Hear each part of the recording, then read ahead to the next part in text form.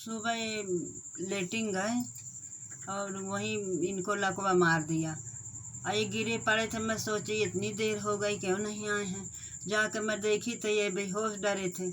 जब बेहोशी हालत में देखी तो इनका किसी तरह से धुलवाई नहवाई ये सब करी। अब फिर मैं यहाँ अंदर आई। अब मैं बोली, हे पूजा सरकार बचाओ, अब मैं क्या करूँ, न मुझसे उठते हैं, इनको क्या हो गया, आप बचाइए।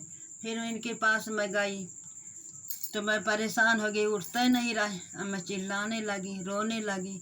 फिर मुझे यह सुध नहीं है भैया, मैं कसम खा के बोलती, मुझे यह याद नहीं कि इनको लाकर यहाँ कौन पढ़ाया, जबकि मेरे यहाँ कोई नहीं आया, ना कोई पढ़ा हुआ किया।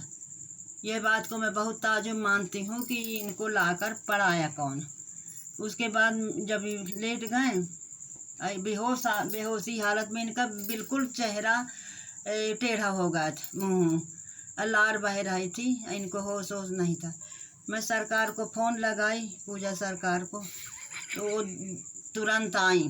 जब आई तो फिर हाथ रखी और उसके बाद जब हाथ रखी तो इनका मुंह भी ठीक हो गया, सीधा हो गया और ये इनको होश आ गया।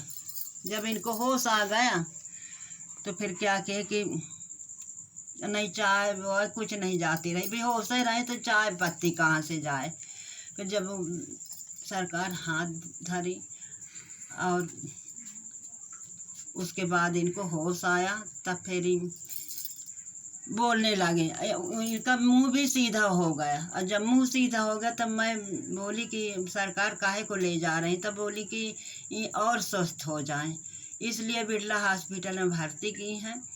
अब बिरला हॉस्पिटल में एक भर्ती करने के बाद अब जो है तब इनका उतना है जितना यहाँ थे, न स्वस्थ हुए उतने स्वस्थ हुए हैं। तब खाते हैं पीते हैं। मेरी पूजा सरकार दिन में 1-2 बार 3 बार आते हैं, कहीं कुछ लेके कहीं कुछ लेके।